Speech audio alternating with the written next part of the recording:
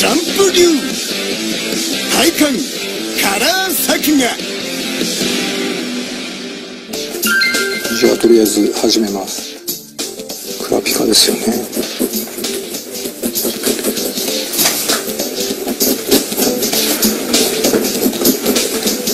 全身入るのかな。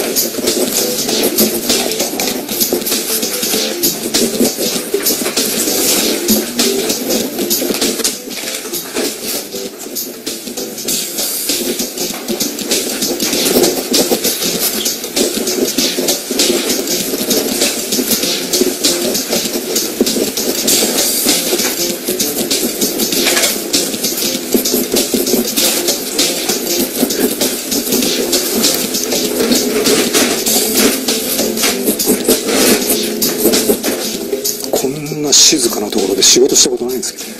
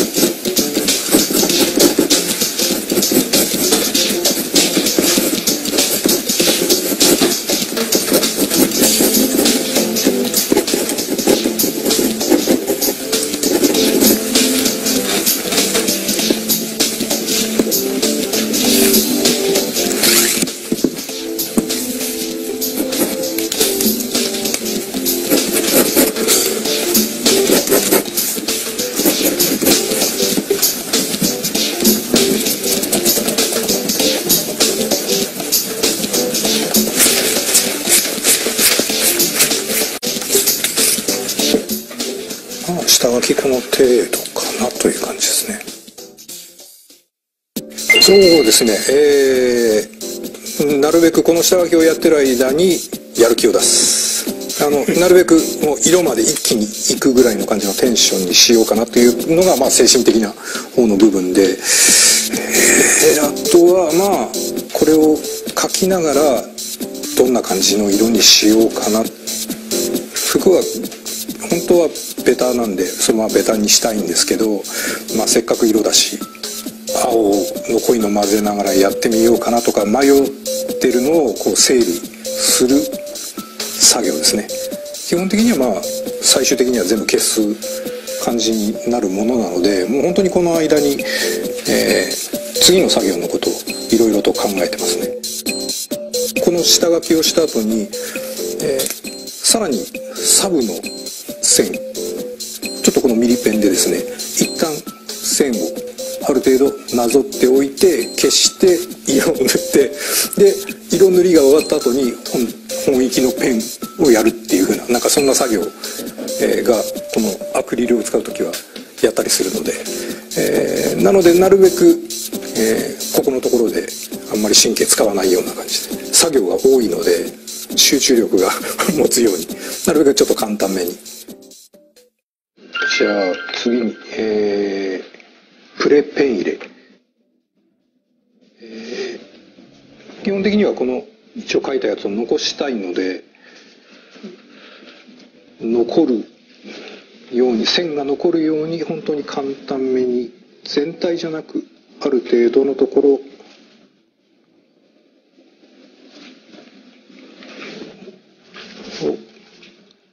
最終的には本当のペンで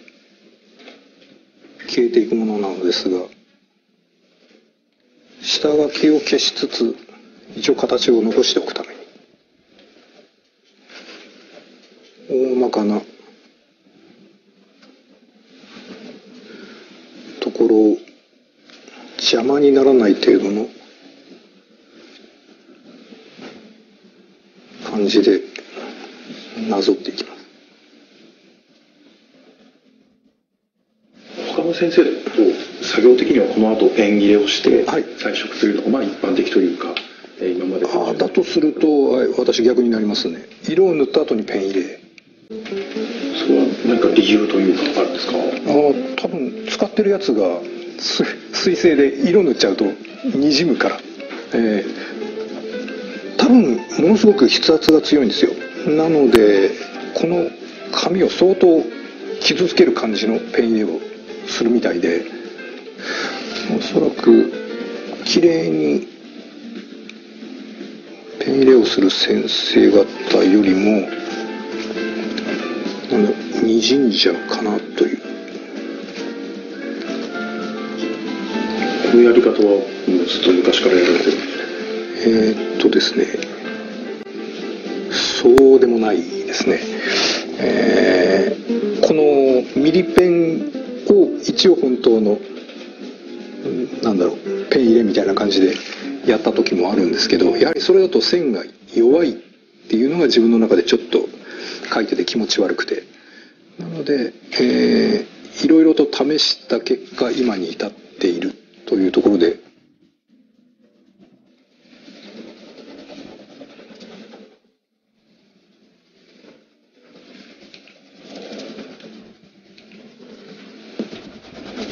下書きを今消されてる感じですか？そうですね。でちょっと線足りないなと思ったら少し足してはいくとは思うんですけど、それもあんまり増やしてはそれほど増やしてはいかないと思うんですが、一応消しながら本来ちょっと線乗せておきたかったところの忘れなどを一応入れつつと。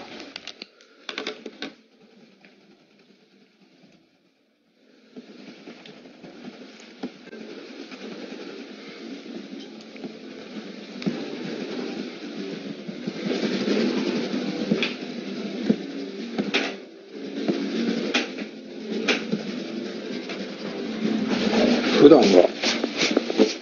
消しゴムのけ忘れみたいなんで、鉛筆の線が出ようが出まいがあまり気にしないので、きっちりはこう消していかないんですけど、であんまりやりすぎると毛羽立ってきてどんどん色ののりも悪くなってしまうので、まあこのぐらいでとりあえずは一応プレ段階が完成ですかね。はい、それでは色塗りを開始します。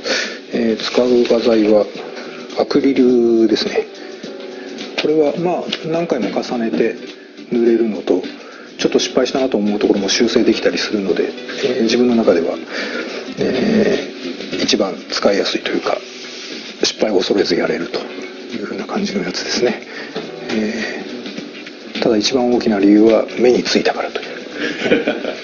画材探して、これあったで見てみたら全部色が揃ってたと。それが一番大事ですね。はい、色を決めるのも全然決まりがなくて、肌色もその時なんとなく使いたいなと思ったものを適当に出す感じですね。これも上でなんかうろうろして見つけてきた筆です。もしかしたらこれ用の筆じゃないかもしれないです。なんかこういう時に使うやつじゃないぞっていう風な感じの、ご指摘があったらその通りですと。はい、それ用じゃないです。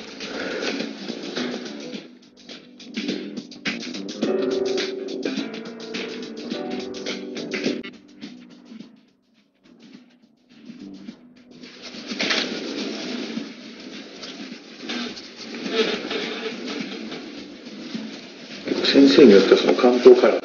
ラーが息抜きというか、はい、すごく楽しみだという方もいらっしゃるんですけど。いやー素晴らしいです。はい、本当に好きなんだろうな、色を描くのがっていうふうに本当に生き生きと描いてらっしゃる先生確かにいますよね。そういうのを見てると羨ましいって思いますね。なんか色に関してもこういろいろあると思うんですけど、配色だとかその混ぜる混色だとか、そのどれにも才能がないんですよね。本当にあんまりこだわりがなくて、主人公の髪の色も本来はあんまりちゃんと決まってないとか。それをあえてこう設定をしないようにしてるってことなんですか？いやなんて言ったらいいんだろう。一応決めてるつもりではいるんですけど、途中で飽きるというか、もうちょっとこの色じゃないの塗りたいなっていうふうに思ったりする時があるんですよね。だから一応色として決めてはいるんですけど、なん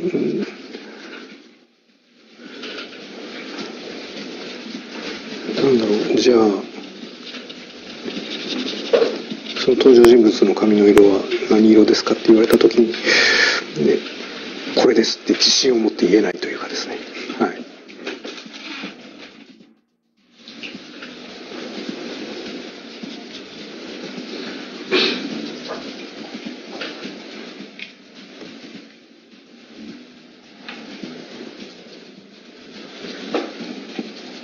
漫画を描いていく中で一番こう、なんて言うんでしょう、好きな作業というか。ダントツにネームですね。しかもそのネームの、いわゆる前段階のどんな感じにしようって考えてる時が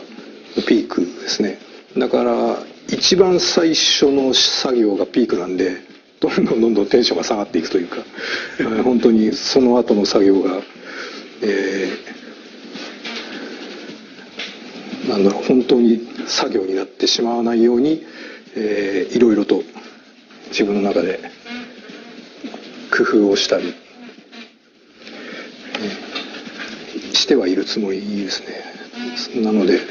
あれは載ったのかな。なんか考えてる時はとっても楽しかったその見開きの絵っていうのも、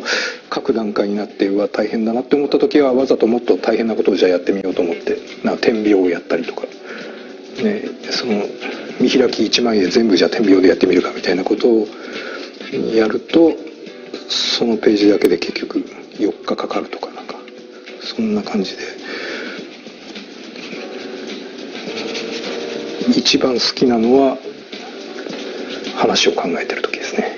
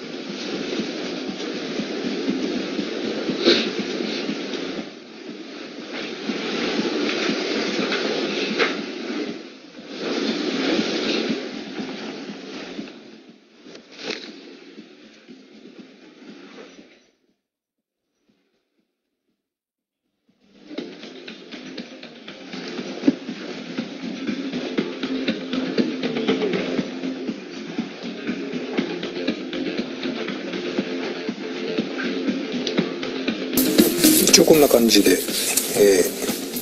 旦色塗りが終了して、この後ペン入れをしてさらにちょっとだけ色をのせてみたいな作業ですね。基本はすごく汚い色が好きなので、どんどん混ぜて、落としていきたいんですよね、その鮮やかな部分っていうの。でもそれをやりすぎるとただ汚いだけになっちゃうっていうのがあるので、なるべくそうなる前にやめてしまおうと。アクリルがすごくいいのは乾いて使えなくなるんですよ。はい、なんでもうそれが乾ききる前に、やめられるという。だからなるべく少しの量出して、その中で収めるっていう風なところが一応自分の中で決めていることですね。それでは、本番のペン入れを始めます。この線を入れることで一応絵がしっかりとシャープな感じに、仕上がっていくと思います。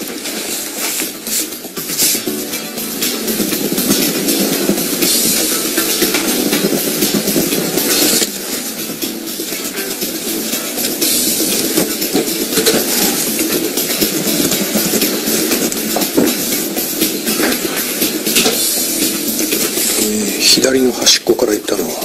万が一なんですが、使ってるこの紙もですね、そこら辺から取ってきたもので、最悪ペンが乗らない可能性があっ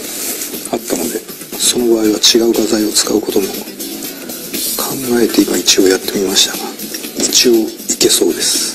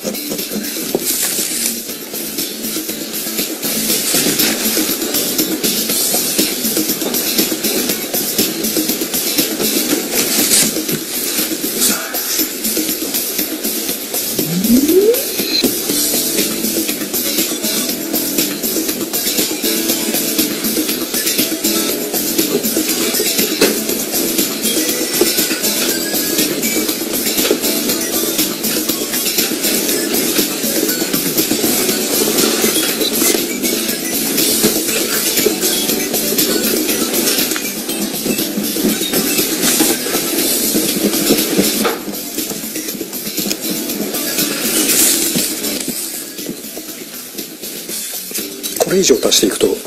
多分下っていくような気がするので、はい、こんな感じですね。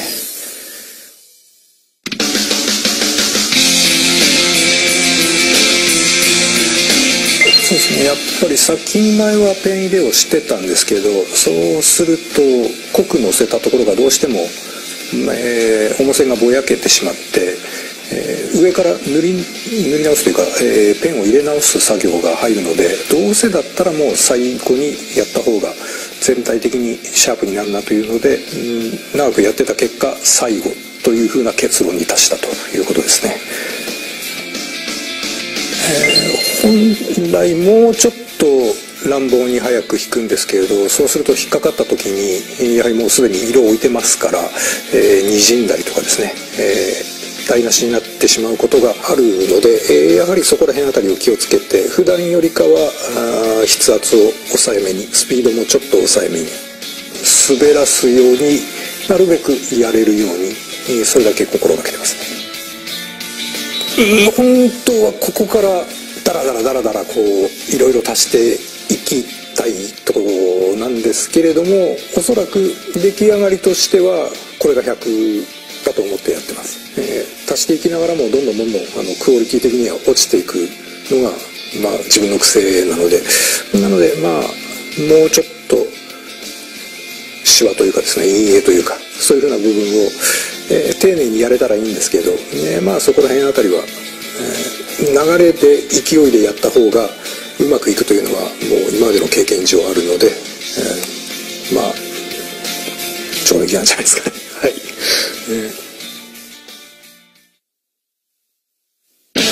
ジャンプ流原神創作の現場から。じゃあ先生、よろしくお願いします。はい、よろしくお願いします。じゃあ早速ご案内の方ご案内お願いします。それでは、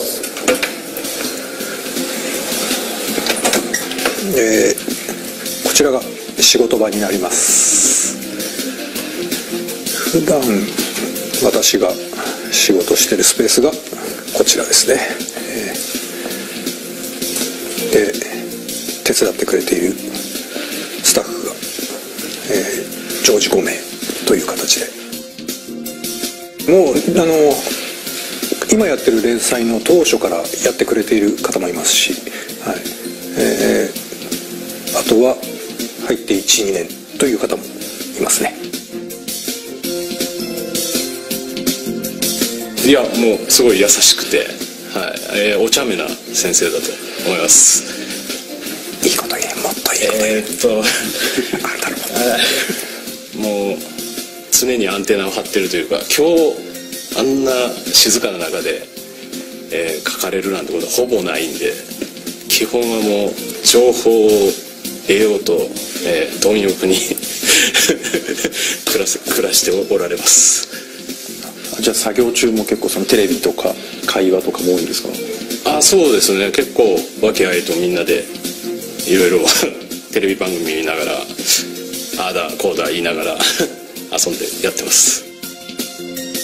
スタッフの皆さんと円滑にこう仕事をするためにこう工夫してることとかありますか？そうですね、もともと口で伝えるのは、そんなにうまい方ではないので、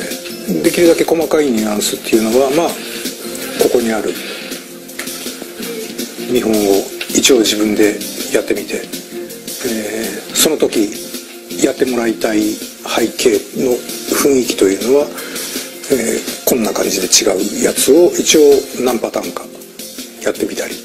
あとそれからトーンを使う時の処理の、雰囲気もこちらの方に書いてみたりと、口ではなかなか伝わりにくいことは、自分で書いてみたり、あとは、背景で自分の好きな作家さんのその濃さだったりその雰囲気だったりみたいなものが、大体この作家さんのこの黒さでみたいな、そんな感じで指定を出す時はここら辺あたりの自分の好きな漫画の、汚しはなんか小友さんの感じでみたいな、そんな感じのを言ったりとかしたりはしますね。はい、ここら辺のはもう背景で、なかなか伝えにくいニュアンスをもう、こんな感じっていう風なので、もう絵で見せる感じですね。で、背景カタログや何かはそのまま使えたりするので、もうそれはこちらの方が、そこの部分をコピーにとって、大きさなども、あとそれから、角度とかそんなの全部、決めた上でこれをやってくれっていう風な場合もありますね。こちらが、私が普段仕事をしているスペースですね。とにかくテレビの音が聞こえやすい、それが大事ですね。もうこちらの方で何か、気になることを言ったらもうすぐパッと、次の、何かに関係あるようなシリーズやらストーリーやらに関係あるようなことが言った時にもう見えるような感じですね。あとはすぐ散らかるので広ければ広い方がいいということで机を3つほど用意してますが、それでももう2つ埋まってますね。はい、これはそちらと全然、変わりはないんですけれども、頻度が高くてこちらの方に持ってきて、る感じですね。よく使うやつと、あとそれから、そのストーリー上なんか使いそうだなと思うのも中にポツポツと混ざってたりもしますが、僕が好きで見てるのはこれ、顔の表情がいろいろと載ってるやつですね。各キャラクターっていうのはやはり自分の中で限界があるので、そうした場合はなかなか自分の描かないシルエットみたいなのが出てくると、それを、少し取り入れていこうというふうな意味で、いろんな年代のいろんな人種の人が載ってるこの本、すごく便利ですね。泣く泣くちょっとビニール外したんですけど、本当は見るか見まいかみたいなところで、はい、ものすごく迷ったんですけど結局見てしまいました。はい、先生にとって鳥山先生というのは、そうですね、非常にありきたりですけど、神なので、はい、天井人ですね。はい、もうやはりジャンプでやっていて鳥山先生がいなかったらもうおそらくここにもいないというぐらいもう影響も受け、そして、目標ではないけれどもなるべく近づきたい存在、なので今も、心の支えにして頑張ってます。一応書くものは大体これで事足りる感じですね。何か道具にこだわりというか。こだわりは、特にないです。本当に手当たり次第そこら辺にあるものを使って、ダメだったらもうすぐそれをこれ使えねえってやって、これ使えるわって言って、じゃあ使えるからといってじゃあどこのメーカーのなんだっていうのは見ないっていう、という感じですね。なので、その結果一応生き残っているのがカプラーペンですね。基本的にはいろんなものを使ってはみたんです。丸ペンも G ペンも使ってみましたし、あとなんか名前忘れました。いろいろ使ってはみたんですけれど、最終的にやっぱり一番使いやすかったのがカブラだったと。そこのキャラクター表っていうんでしょうか。こちらですか。そうですね、一応これから出てくるキャラクターと、その周りの人たち出てくるかどうかもわからないですけど書いている人物表ですね。出てくるにしろ出てこないにしろやっておかないと忘れてしまったり、あとそれから、なんだろう、例えばもう15人までしか入っちゃいけないっていうところによくよく考えてみたら顔の違うやつを全部数えてみたら16人になっていたみたいな、そういうミスがないように一応、書いている設定表ですね。はい、なので出てくる人もいれば出てこない人もいると。でもこういう風なやつの顔をいろいろと描きながら、妄想を膨らまして、その妄想の中から、今までやろうと思っていたこととは違うことが思いついたりもするので、私の中で非常に重要な無駄な作業ということですね。はい、各シリーズ始めるときはいつも作るんですか。いえ、今回これやったのは初めてですね。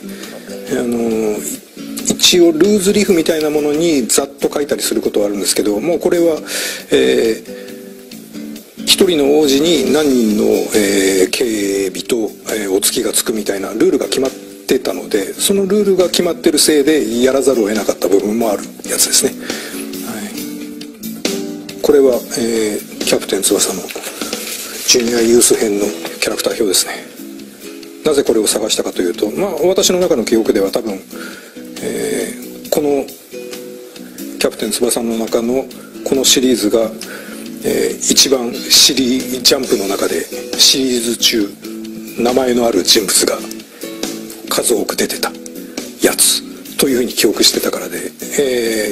今回のシリーズでこれを超えることを自分の中での裏目標みたいな感じにしてるからですね。これが今やっている新しいシリーズの次の10話分といったらいいんでしょうか。はい、何枚か見せていただいてもよろしいですか。とりあえず、前本当は10話上げて、また少し、間を入れるみたいな感じの予定だったのが、腰を悪くしまして、それで中途半端に9話で終わってしまったというふうな感じの反省を踏まえて、先に、一応その10話分をですね、上げてしまおうと、いうふうなことで、これはスタッフが頑張ってくれました。はい、私じゃないです。はい、はい、こんな感じで、こっちは一応裏見開き書いたやつか。こんな感じで、はい、やっております。昔の原稿を発見したんですか。そうですね。はい。ちょっと手に取って見せていただいていいですか。はい。反省を踏まえておいてるのかなっていう感じの、ここら辺あたりはまだきっちりやってますが、これの下の方とかですね、基本的にネットがざわつく感じの、はい、仕上がりになっている絵のやつです。半日ぐらいで多分原稿を19枚上げていた時のやつですね。ネームを考えるのが好きなもので、とにかくそっちの方に時間を割きたいと思ったら、どんどん原稿の方に使う時間がなくなった結果、もうここまでしか待てませんって言われるギリギリまで、時間をいただいて、その結果ここにあるミリペンで上げたっていう感じの回です。まあその時のテンションやらそういうふうなことを大事にしてそのまま載せてたりもするんですけど、どうなんだろうって思って今ちょっとここに置いてる感じです。はい、はい、そうですね。まあ最初は本当に、ただの夢だったんですけれども、現実にやってみると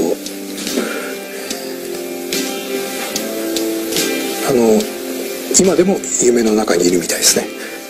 なので「少年ジャンプ」というところは私の中では、現実の中にいながら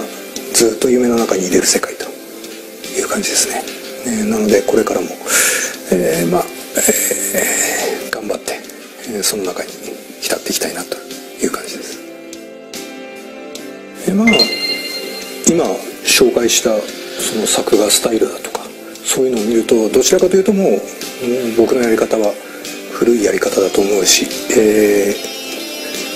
あとそれから考えるのにももう時間をかけたり、そうやって習慣のスタイルとはもう合わなくなっているのは自分でも分かっているので、できれば、若い人たちには、多少無理をしながらでも頑張って、なんだろう、自分の好きなものを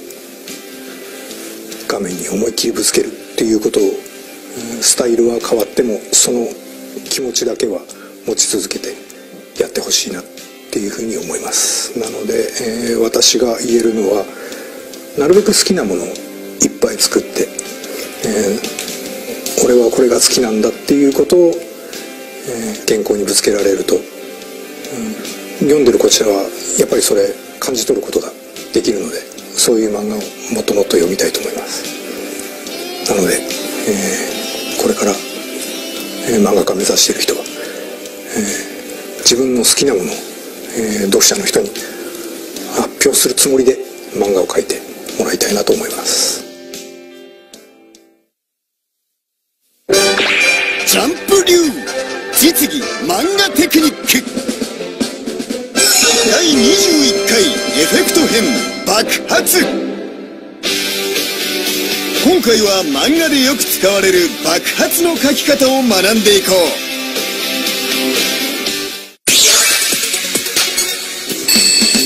う。まずは大まかな当たりをつける。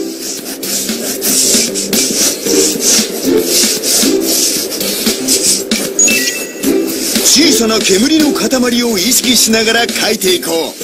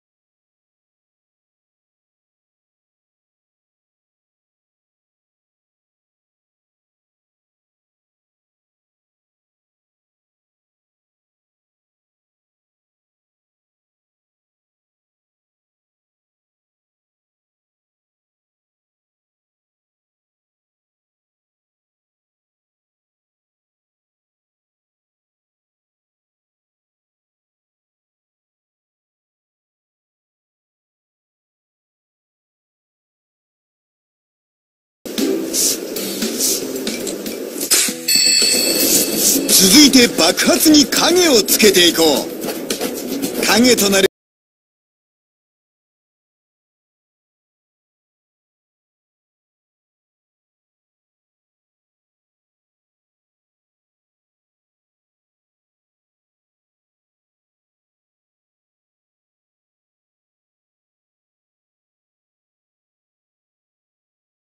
続いてペン入れ。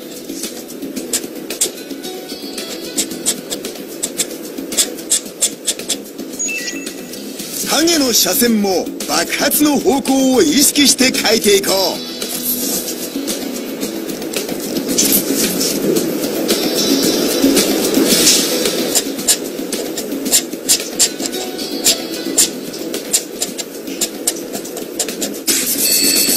下書きを消しゴムで消していき、